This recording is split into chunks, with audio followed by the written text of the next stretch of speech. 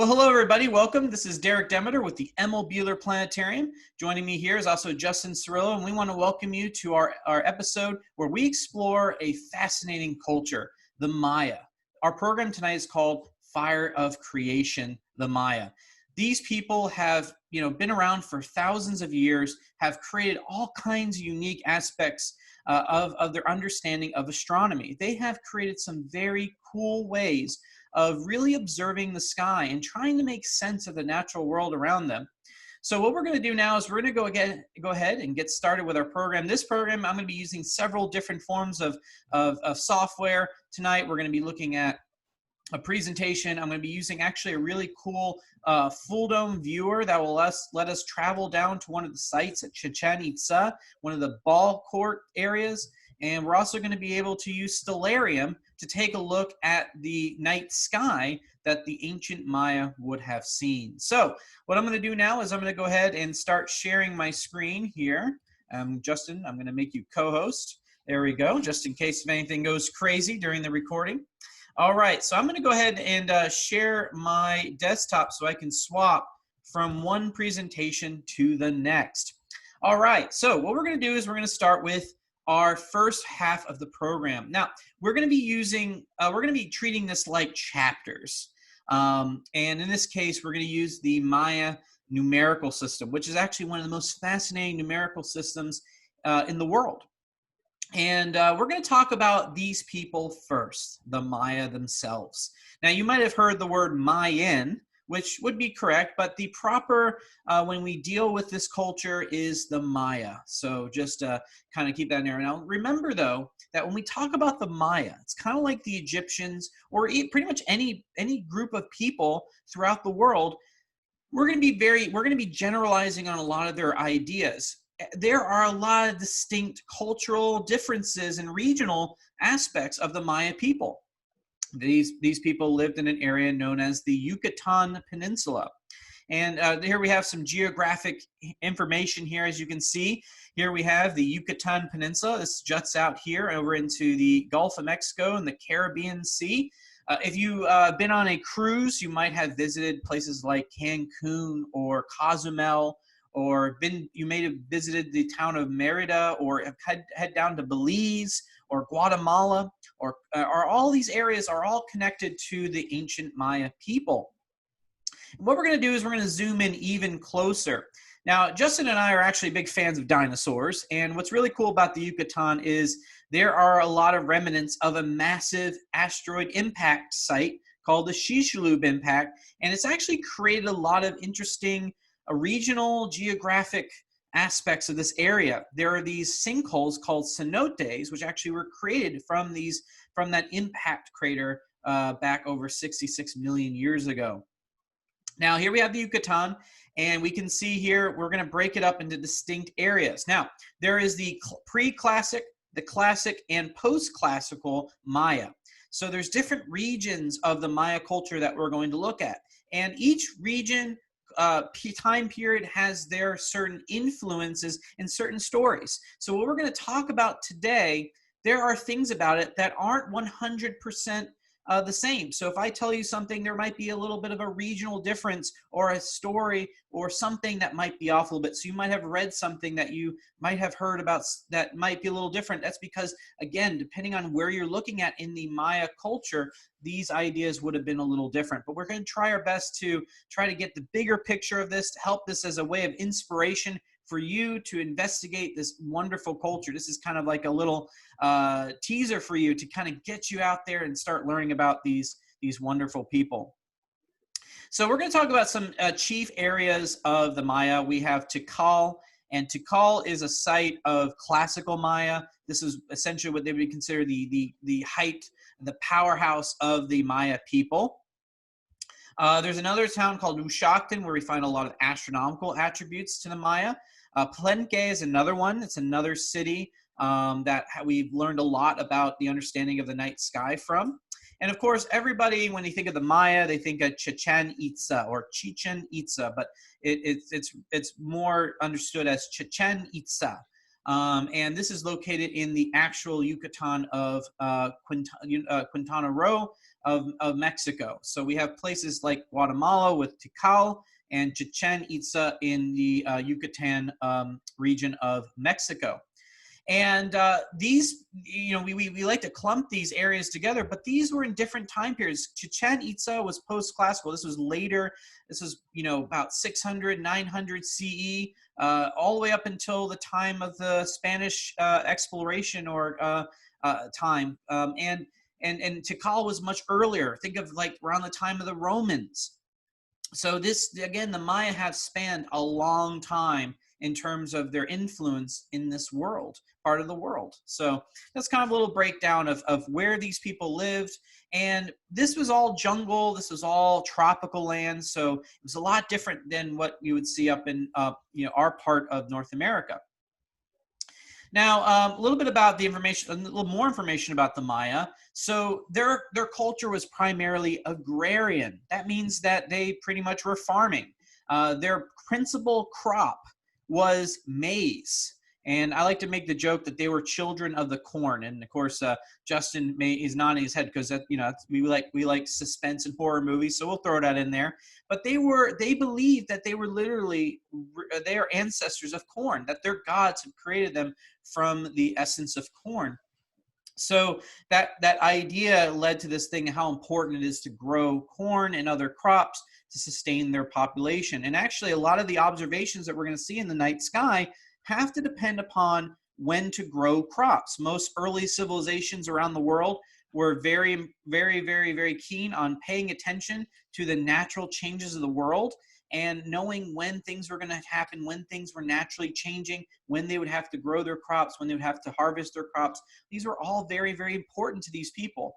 So that's the most important aspect of the Maya, is that they were an agrarian culture. They mostly focused on all their efforts on making sure they had good harvest, good sustainability of food.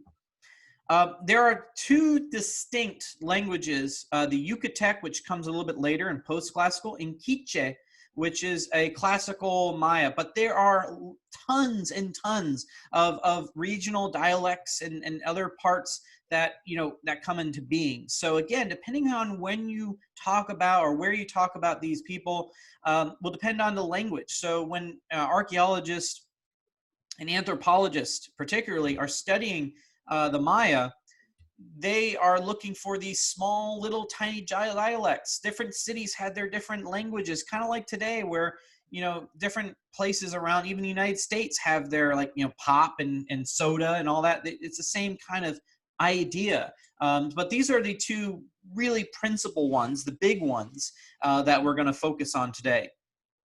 Now, when we talk about Maya cities, we're talking about cities that had over 100,000 people. To think about what was happening during the early Middle Ages, right after the fall of the Roman Empire, where the Maya culture was at its peak or its height. The populations in Europe, they might have only had 20 to 40,000 people, but these were true cities, big cities like Tikal and whatnot. And so again, these were a powerhouse. They were extremely advanced culture, mathematically. There's this misconception that the Maya were not as advanced as Europeans because they didn't have things like the wheel. Well, they didn't have cows, they didn't have horses, they didn't have the beast of burden to really develop the wheel as a form of transportation.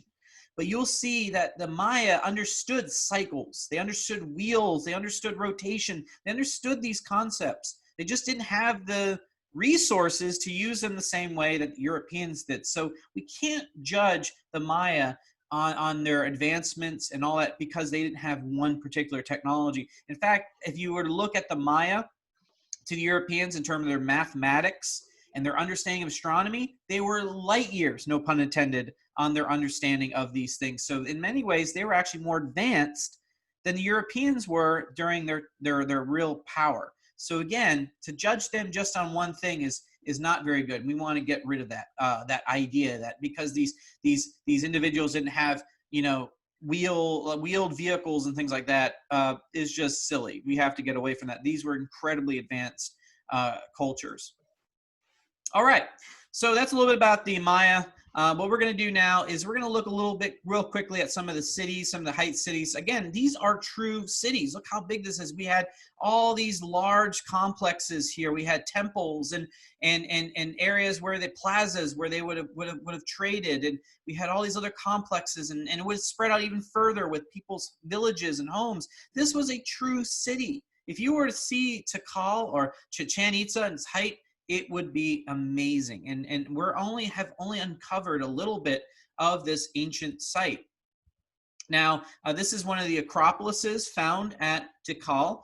This would have been a place of worship. This would have been a sacred place. And the dead was very important to the Maya. They believed in the cycle of life, the idea that you die, but you eventually, you become one with your ancestors in the afterlife. So they thought, just, kind of like the Egyptians, they thought when you die, that's just one part of your life. They didn't have this idea that, you die and that's it. You died and you moved on, and you're reunited with your ancestors. This is a famous one. Justin, do you recognize this at all? Do you recognize where this might, no? Is this part of Chichen Itza? This is Tikal, but think about movies you've seen in pop. Oh, okay. So you're probably thinking of maybe a scene from it, Return of the Jedi or something. Not Return of the Jedi. Close. It is Star Wars, but think about the very first, or in this case, Episode 4, when they went to Yavin, the moon base of Yavin 4. Ah. This is where they actually filmed that scene where the X-wing fighters and stuff are leaving. Though this was actually filmed here in Tikal.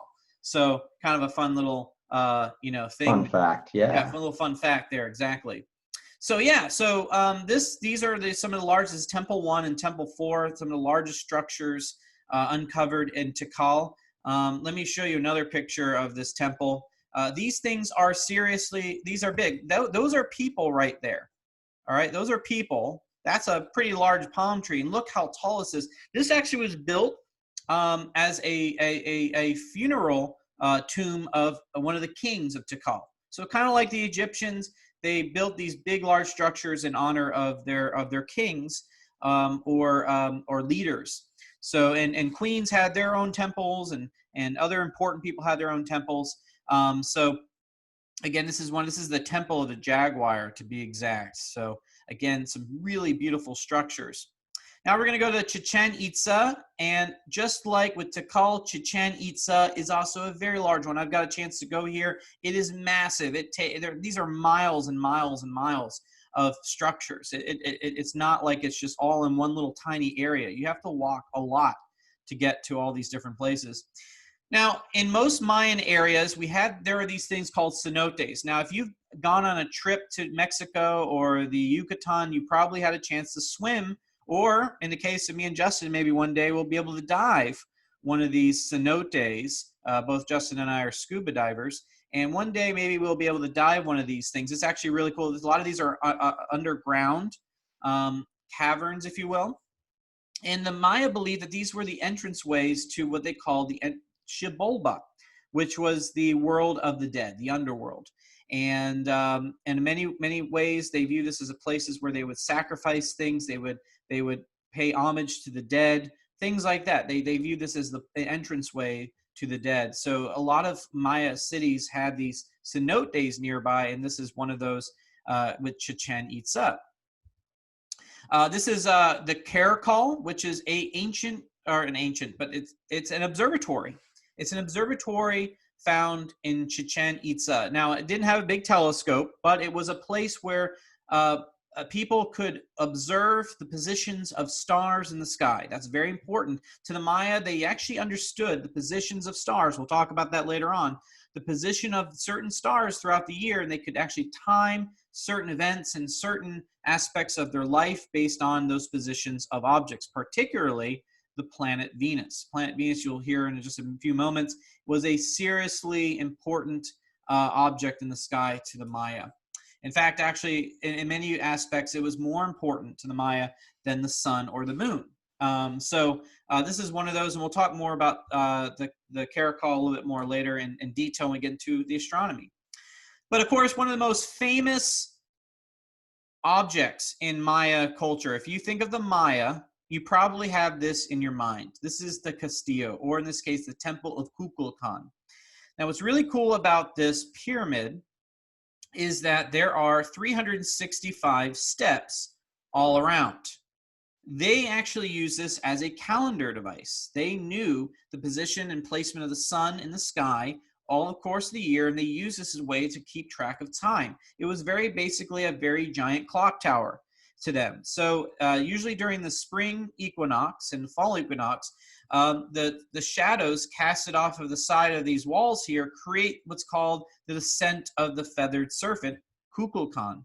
And you would be able to actually see that. And I would one day love to see this. It's one of those bucket list items that I've want to see. And let us know in the comment section, either on Facebook or YouTube, that you have maybe witnessed this, and maybe give your personal experience on seeing this event. So this was so again, very advanced civilization, understanding the world around them. And this is just one of many examples of how amazing this culture was in terms of their understanding of science. Now, Justin, you're a hockey player. You love hockey. He's a sports guy. And if you were in the Maya culture, you would probably be probably like to play the ball game. And the ball game, let's just say this: would you be happy if you won the game? Would you be happy to sacrifice yourself to the gods? Man, I don't know, would it make me some kind of like legendary martyr to, this is probably a significant honor, right? I win the game and I get sacrificed to the gods, and maybe my name goes down for all time. You know, that's the thing, is that, the Maya didn't view death as a negative thing. They actually viewed it as a positive thing. The idea that you're giving yourself to the gods, which in turn also connects you to your ancestors, and to them by sacrificing yourself. That was a way of honor. So yeah, so if you were a Maya and you were playing in a ball game, you would actually want to win and sacrifice yourself. And to us, it would be just crazy to think this. Like, why would you want to win and then sacrifice yourself? But again, you have to think about in the mind of an individual, because the ball game was not only a sport, it was a religious experience, because the Maya believed in this idea of this great ball game between the two hero twins, Hunahpu and Xbalanque, and the Lords of Death. And the two twins become victorious against the Lords of Death and are finally able to bring about the civilization of the Maya people. So the ball game, in a way, was not just a way to have fun. It was a way of connecting with their ancestors, with these two twins that kind of give birth to their civilization.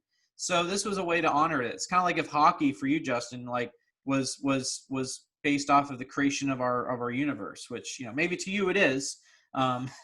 Maybe, it's pretty high up there. Yeah. Yeah, it's pretty high up there. Exactly. So here's kind of we don't really know 100% how the game was played. We can go based off of bits and pieces, but what we do know is that this game was played by using a 6-inch or so thick ball of rubber that was basically the consistency and density of a small bowling ball. And the objective is you were not to use your hands. You have to use your elbows, hips, or knees or legs or something like that. You could not use your hands. And the goal is to get the ball into this hoop here. Now, it sounds easy, right? No, this is extremely difficult and takes a lot of practice and skill in order to do that. Now, what I have here is I have a 360-degree panorama I took during my time of Chichen Itza, my time at Chichen Itza, and this is the ball court found at Chichen Itza. And you can kind of get an idea of the scale of this ball court. So you'd have teams on both sides, and they would get the ball, and they would have to essentially knock this ball up here in this hoop. Now, most likely this here would have been covered by dirt or something else. We don't know 100% what the original layout of the ball game was, because there's not a whole lot of evidence showing exactly how it looked. So we can kind of make our best guess of how the ball game was played and if there was anything different. But essentially, just gives you an idea of the placement and the size and scope of this ball game. And again, it was a ceremoniously thing. And again, if you won, you were going to essentially you were going to sacrifice yourself in the name of the gods. So here we have, again, there's the ball game. And again, it connects to this idea of the ancestors here. All right. Now we're going to go real quick in some of the writing of the Maya. How we know about the Maya people are either through paper, which we call codices. There's been, in terms of astronomy, there's several different codices that we know. The Dresden Codex, the Paris Codex, and the Madrid Codex. And then there are steles, which are basically big writings, carvings on temples and things like that. It's much harder to destroy steles, but codices, a lot of them were burned during the time of the Spanish, settlements and colonialization that was happening during when the Spanish finally arrived in the New World. So a lot of the writing of the Maya have been destroyed, and only a few have survived, and most of that has actually traveled from there to Europe. And we're just kind of left for, generally religious authorities, and eventually we're finally uncovered and really tried to explore the aspects of the Maya. So unfortunately, we're working on very limited information, trying to make sense of this whole culture with also very limited information. So there's a lot of things we really don't know that we're giving our best guess, and based off of traditions that are going on today with indigenous people in these world today that have oral ideas and things like that have survived Spanish colonialization. But a lot of the stuff that's going on today, what we know about the Maya is not available because a lot of this stuff was destroyed, which is sad, but it is the reality of things. The last thing we're going to talk about with the Maya before we get into their mythology and their culture is we're going to look at their really cool number system. To be honest with you, this is one of the most advanced and elaborate, number systems of the time. You had a pretty easy way of keeping track of time. It was base 20 because to the Maya, they didn't stop with their fingers. They also counted with their toes. You would have essentially 1 represents this dot here, 2 dots, 3 dots, 4 dots. And when you got to 5, you'd create a bar. So let's do a test here. Let's see here. We got this number. We have 2 dots and a stick. Or a line here. Justin, which one is that? You know what number that is? 7. That's right. That is 7. You know your math. Let's see. Let's do it again. Here we go, Justin. What do you got now? 10. That's right. And we'll do one more. 17. You see? Look how easy it is to figure out the number system. That was actually something that was pretty cool about the Maya, is that their numerical system was pretty easy to understand. Now, Justin, what do you think? This is actually a number. Do you have any idea what you think this is? Oh, boy. In fact, I'll give you a hint. This is a number that's a placeholder that no other culture had at the time. And they were actually, in many ways, the inventor of this number. I'm going to go with 0. That's right. Yeah, you did it, man. Yeah, so this is 0. 0, this is the first time we ever really see 0 in presence in a numerical system. And this, again, is a placeholder for much larger numbers, right? Or for nothing. This is really, really cool to actually see this. And there's even some debate whether or not the Maya had a early algebraic understanding. Maybe they could understand kind of an early version of algebra or something like that. That still is under debate. But either way, their mathematical system was very advanced and in many ways light years ahead of what was going on. Hey, Justin, have you ever multiplied and divided with Roman numerals? I have not. Yeah, good. That's probably why you have not, because it's terrible. And with the Mayan numerical system, it is much easier to divide and multiply because of the concept of the 0. So again, very, very powerful in terms of mathematics and all that. So really, really cool. All right. So now we're going to get to part 2. This is their mythology.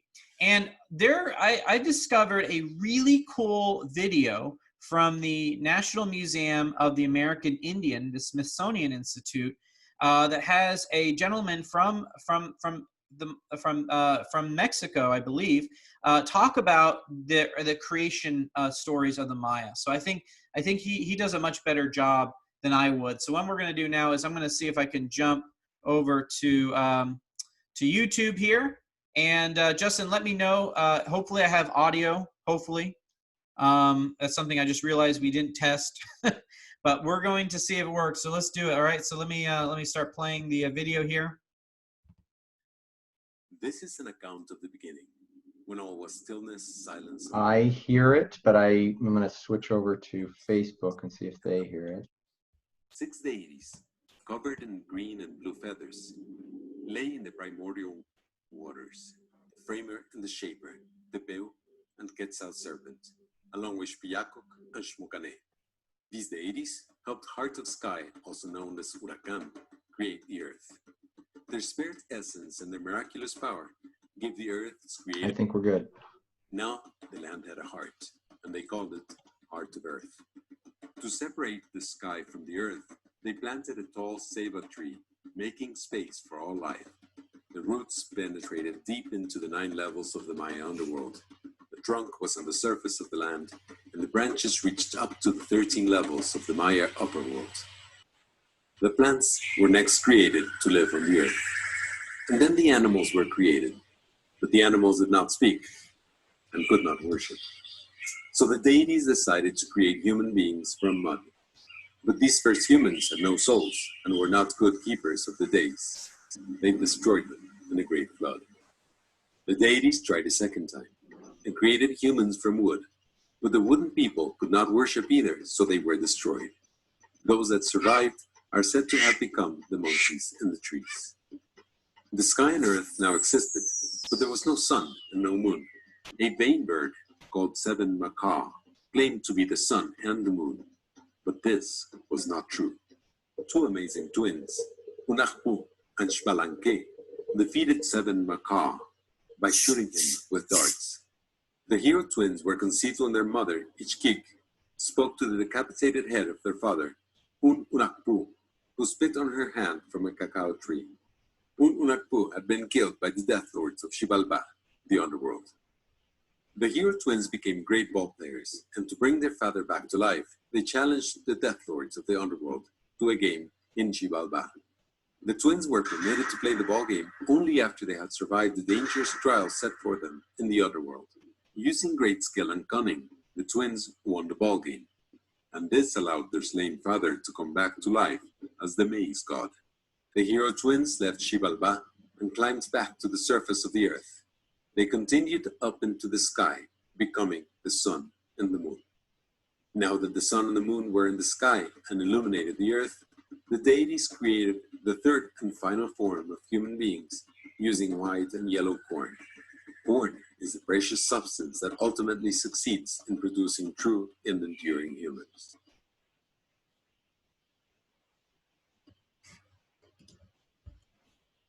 All right. So Justin, did it look good? Sound good?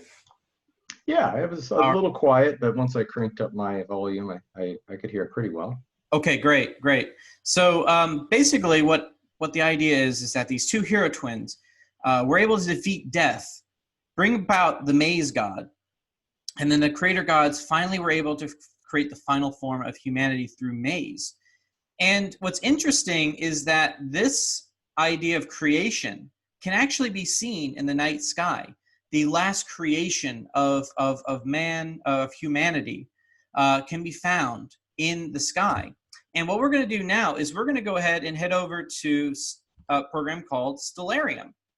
And again, Stellarium is this really cool program that not only shows us the night sky seen from, here on in modern time, we're able to look at, they also have the ability to show constellations or patterns of stars that other people around the world have seen. So what we're going to do is let me make sure that my time is set here a little bit. There we go.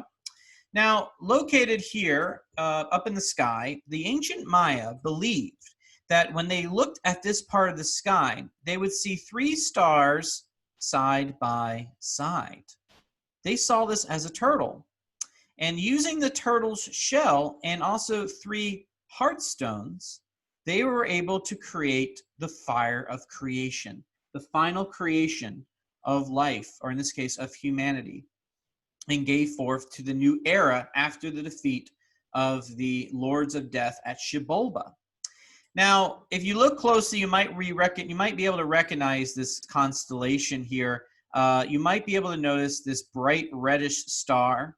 You might be able to notice these 3 stars in a row, and you might be able to notice these other stars surrounding it. Justin, what do you think this is?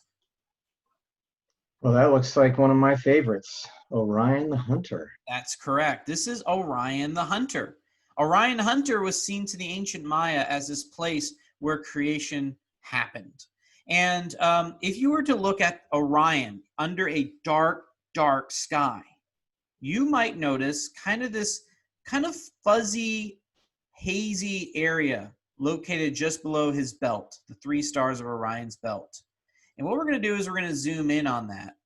And you're going to see, first off, there's this really beautiful star called Rigel, a star to the left of it called Saiph, and this star, Alnitak. And these 3 stars were those 3 stones that were used to create the fire of creation.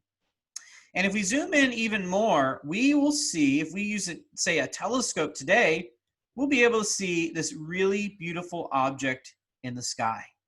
Now, Justin, what is this that we're looking at? Well, this is probably, for beginner astronomers, this is probably one of the most popular objects. After you've, looked at the moon and you've started looking at the planets, the Orion Nebula is got to be up there as far as one of the most popular objects for astronomers to look at, beginner or advanced. It's very easy to find, and it's just absolutely gorgeous and naked eye visible, beautiful in binoculars, and just fantastic in a high-powered telescope. And what you're seeing here is interstellar gas and dust and star formation. This is a stellar nursery, and it's actually the closest region of massive star formation to Earth. And this thing is pretty big. I mean, the radius is 12 light years. 12 light years. So just to give you an idea of size and distance from Earth, 1,300 light years away. So let's put that in perspective.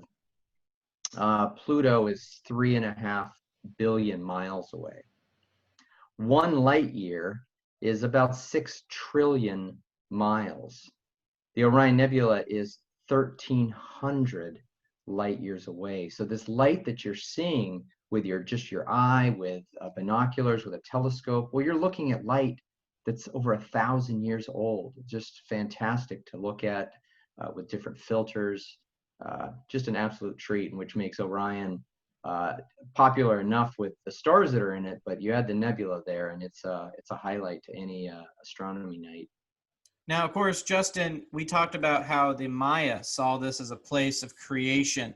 They saw this as the remaining smoke after the gods have created the final form of humanity in the latest creation. So isn't there essentially in many ways creation going on in the Orion Nebula?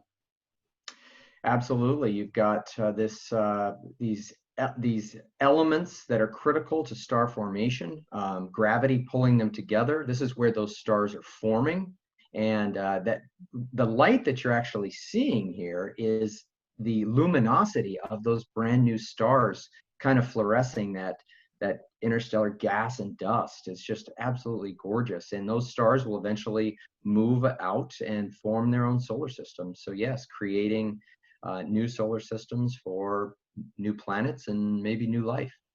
So in many ways, the Maya were kind of right on this. They saw this as a place of creation. And just like we see here, this is a place where new stars are forming, new solar systems may be forming, and maybe other forms of life may be found in this part of the galaxy.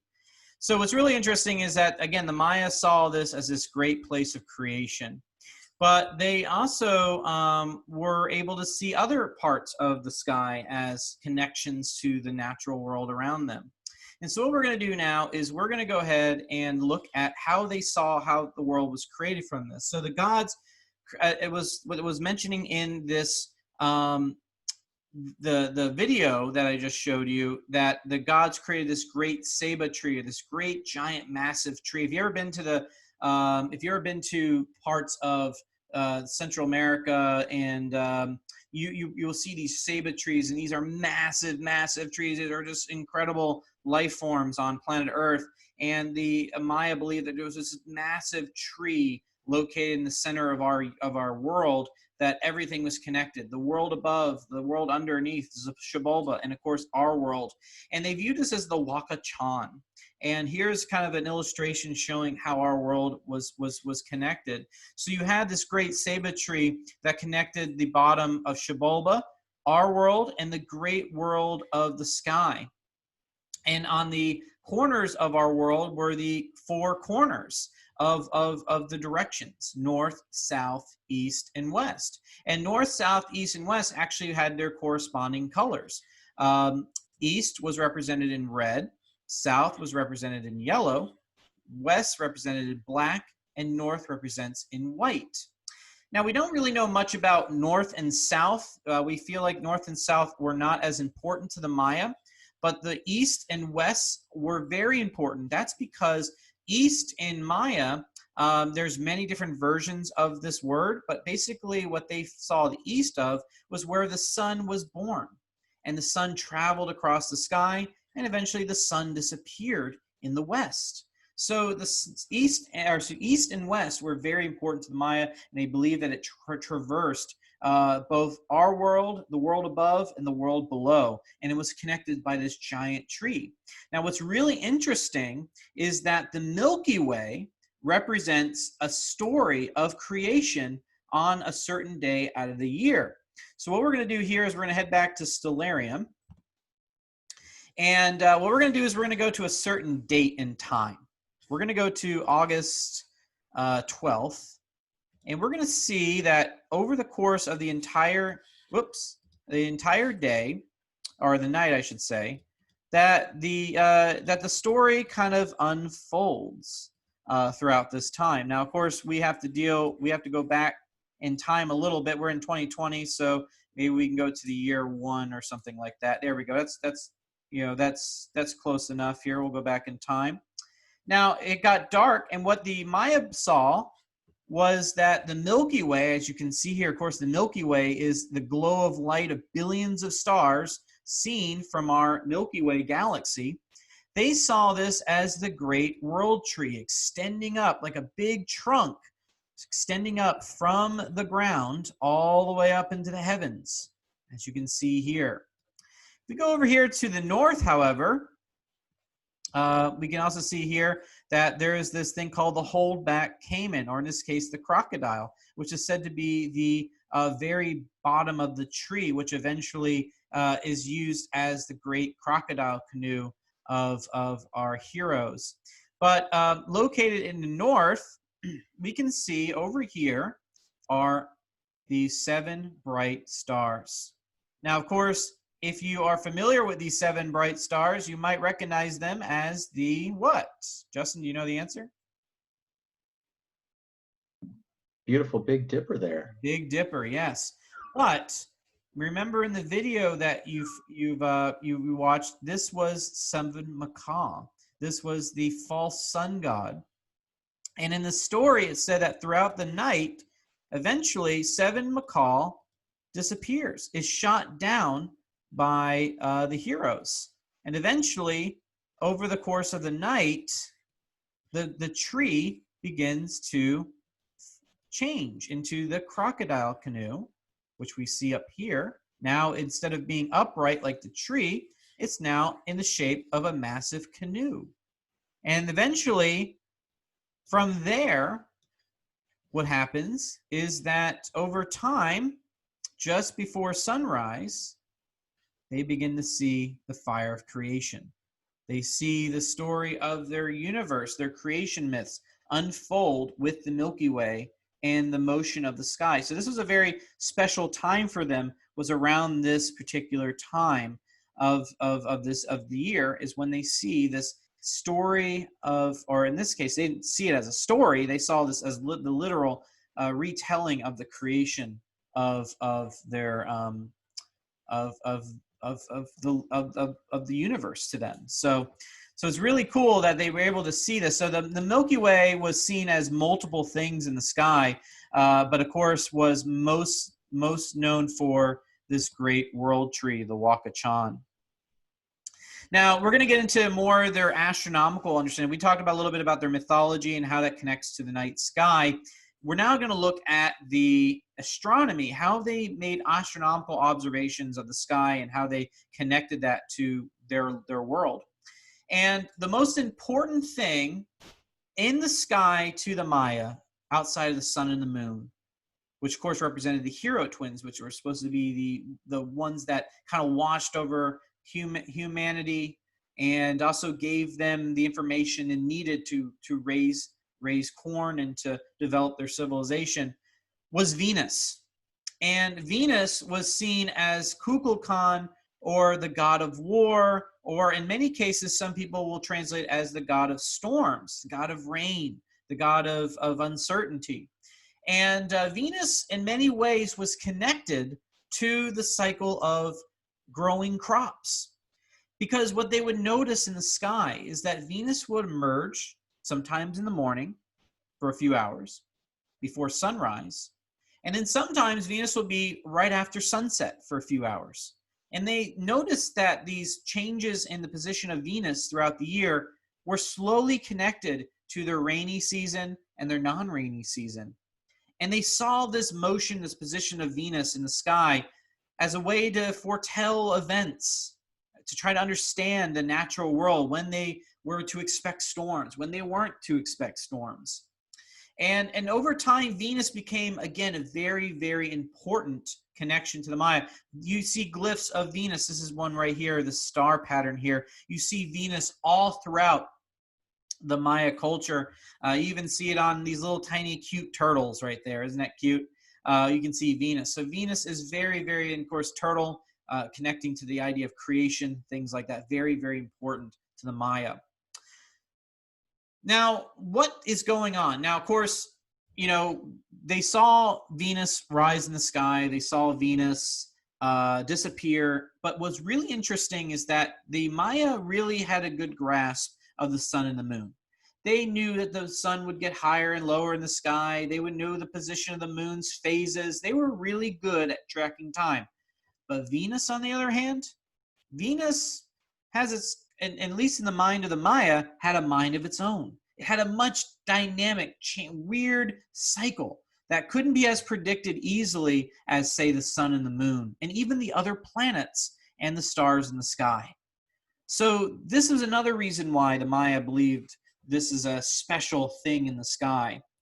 And the reason for that has to do with the fact that it orbits around the sun closer.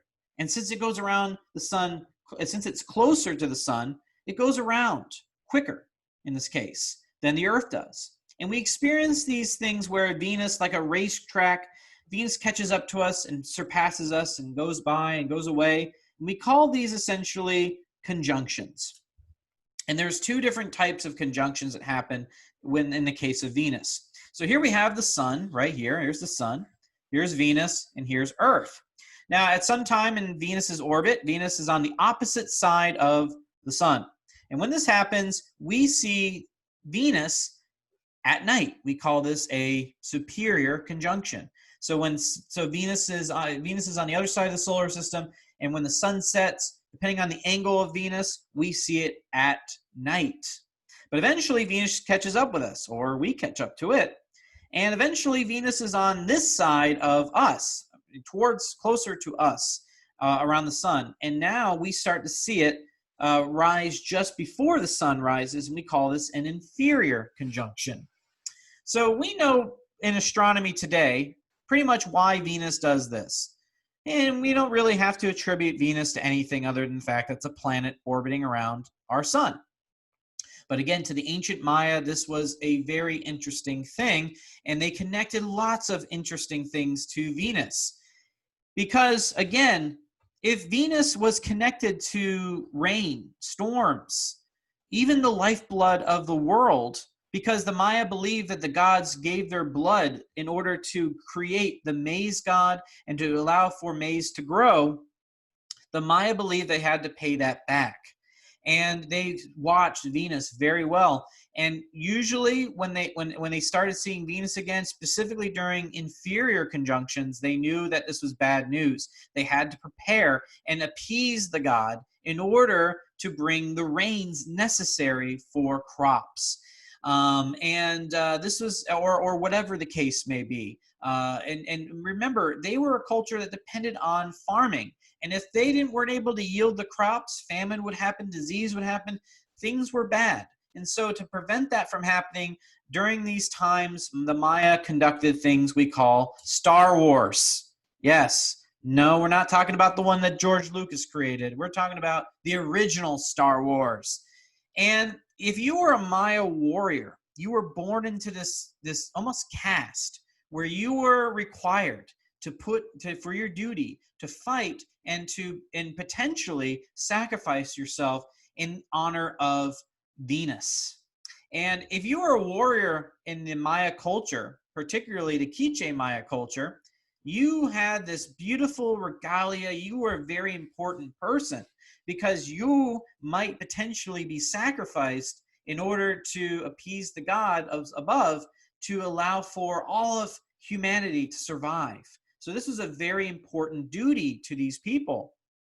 Now, wars, at least in the early classical Maya period, were actually pretty, well, I hate to use the word civilized, but they were actually pretty well organized. You were, again, born to be a warrior. You would conduct these campaigns between city-state and city-state, and you would capture people. And you would take those people back to your city-state, and you would sacrifice them to appease the gods. I know it sounds very morbid and weird today, but in many ways, and if you're thinking it from the Maya perspective, at least this was a little bit more civilized than just going around destroying everybody. They had this coordinated thing, this duty, this thing that they needed to do in order to make sure that the gods were appeased and that they would get rain. And connected us to this observation of this mysterious star in the sky. And of course, we now know as Venus. But later on, of course, eventually the warfare got corrupted and eventually started to change. But the earliest Maya, the more height of the Maya, this is how they conducted wars. And eventually Venus would disappear, the rains would come, or the rains wouldn't come. And it all depended on, how much they felt they appeased Venus. So this is kind of an interesting perspective of how they viewed the stars. But the other thing is they observed the sky and the stars to understand the natural world around them. They understood the position of the sun and the moon. They knew that the sun travels across the sky, but they also understood that the sun does, in fact, travel through a group of stars. Now, this is where we don't know a lot of information about these objects. We just know enough because when we looked at the different codices that existed during this time, like the Dresden Codex and the Paris Codex, we have little writings that kind of talk about these particular patterns of stars. And the ones that we primarily know are found in an area known as the ecliptic, or very close to the path of the sun. For example, we look over here, we can see that we have an owl shape right here. We have a vulture. Of course, we can see the turtle, which represents Orion. We have the paddler god that eventually was the one that was able to defeat the seven macaw. And if we continue on, we go into time here. We see other constellations. We see the shark. There's the toad. And as you can see, the sun is very close to the path of these objects. So the Maya actually understood that the sun traveled through different patterns of stars, just like the ancient Greeks did with understanding the zodiac, and other cultures, the Middle East, the Mesopotamia, the Chinese, all these different cultures. They understood that the sun traveled through these objects in the sky. What's interesting is that there was a scorpion that they understood. But what's really fun is that this part of the sky is known as Scorpius, the scorpion. Yeah, they actually attributed this area of the sky, which we normally see as Scorpius, as a scorpion as well. So I thought that was pretty cool and pretty amazing that they did this. We also have a snake right here. We have a snake. We also have a jaguar. So as you can see there, you have a bat, kind of looks like Batman almost. kind of. And we're back at vulture. And so what we do know with the limited knowledge of the Maya, we do know that they understood these patterns of stars that the sun traveled in. They used that as a way to mark the time of the year. And they came up with a calendar system called the Hab, H-A-A-B. And the Hab is a way of keeping track of time based on the position of the sun in relationship to these patterns of stars. And they actually determined it to be about 365 days. They were very accurate in their calculations. Some of the most accurate mathematical calculations at their time came from the Maya people. They were extremely accurate with measuring things like the sun. But the other thing they did is they did make some observations of certain stars in the sky. For example, I'm going to go ahead and spin time around a little bit more. And they also saw these things called the Peccaries, two brilliant stars, two bright stars right here. Now, Justin, let me see if you can guess which one this is right here. I'm going to bring it up just a little bit here. So here we have Orion right here. We have Orion right here.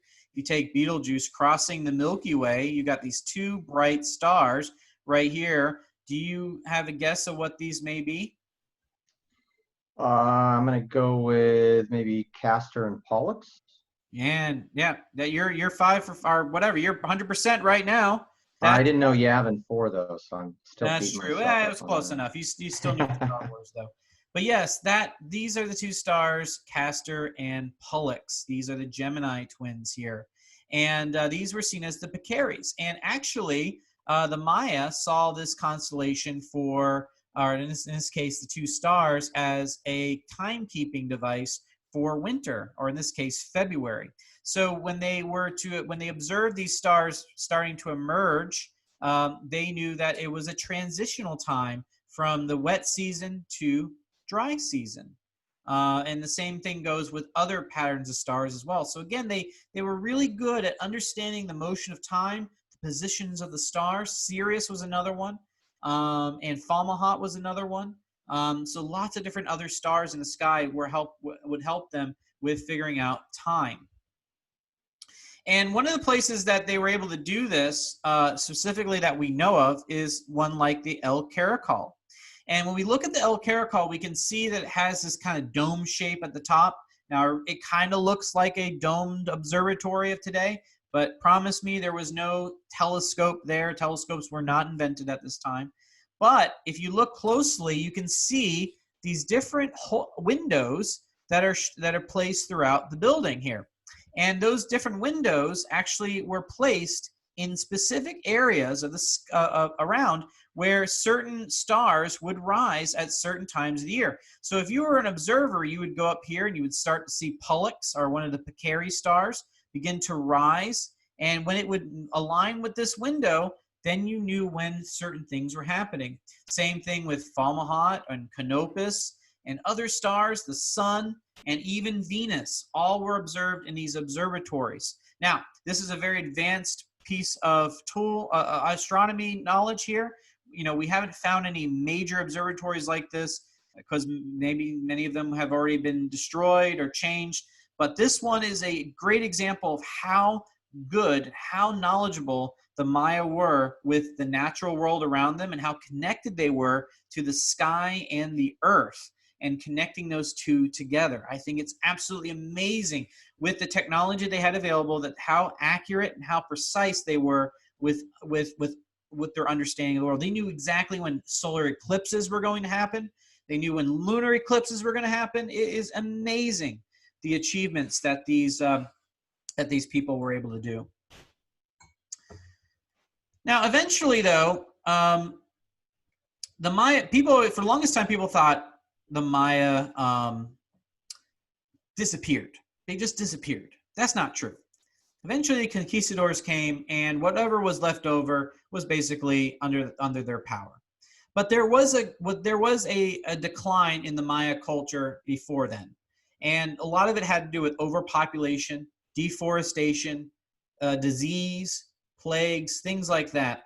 But there was also an invasion of people. Eventually, the people in central Mexico, particularly the Teotihuacanos, eventually emerged from central Mexico, which we see here, the Central Valley of Mexico, and they would eventually travel into the Yucatan and they would begin their invasion through cultural immersion. They would slowly change the way of the Maya. They would corrupt their culture and eventually lead to more of an outward warfare, expansion, empire type thing, which would eventually lead to deforestation, plagues, disease, things like that, that would eventually cause the demise of their culture.